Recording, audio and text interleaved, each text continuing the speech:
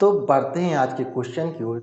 जैसा कि हमें यहाँ पर दिया गया है एसएससी के एमटीएस में 2023 में आ चुका क्वेश्चन है। यहाँ पर हमें दिया गया है कि एक स्कूल पुस्तकालय में विज्ञान और अंग्रेजी की पुस्तकों का अनुपात 10:13 है। यदि 400 विज्ञान की किताबें हैं और विज्ञान की किताबों की बढ़ती मांग के कारण स्कूल प्राधिकरण द्वारा कुछ विज्ञान की किताबें जोड़ दी जाती हैं तो अनुपात 25:26 हो जाता है। विज्ञान की जोड़ी गई किताबों की संख्या कितनी होगी, ऐसा क्वेश्चन में हमसे यहाँ पर पूछा जा रहा है। तो जैसा कि हमें क्वेश्चन में दिया गया है कि यहाँ पर साइंस और इंग्लिश की बुकों की संख्या का रेशो यहाँ पर 10:13 हमें यहाँ पर दिया गया है। साथ ही क्वेश्चन में बोला जा रहा है कि यहाँ पर हम साइंस की बुकों में यहाँ पर हम कुछ बुकें और ऐड कर देते हैं जिनसे इनका नया रेशो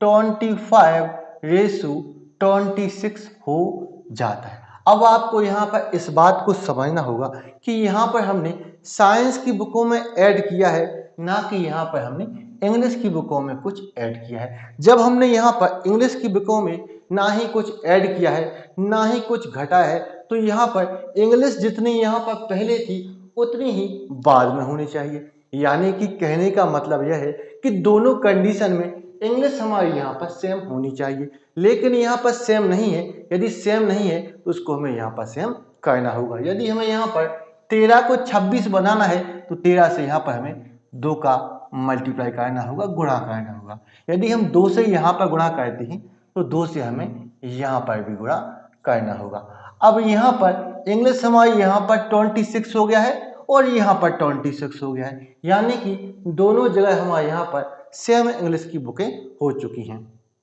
अब यहाँ पर साइंस की बुकें पहले 20 हुआ करती थी, साइंस की बुकें पहले 20 हुआ करती थी जो कि बढ़कर यहाँ पर 25 हो जाती हैं। यानी कि 20 से 25 होने में हमने यहाँ पर कितना यूनिट बढ़ाया है, तो हमने यहाँ पर 5 यूनिट हमने यहाँ पर बढ़ाया है। हमने यहाँ पर बुकों में 5 यूनिट की वृद्धि की है।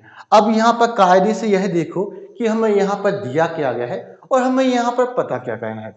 तो यहाँ पर हमें साइंस की बुकों की संख्या 400 दी गई है। हमें यहाँ पर साइंस की बुकों की संख्या यहाँ पर 400 दी गई है, यानी कि यहाँ पर साइंस का मान है, यानी कि यहाँ पर 20 यूनिट का मान है, तो 20 से इसको यहाँ पर हम डिवाइड करते हैं।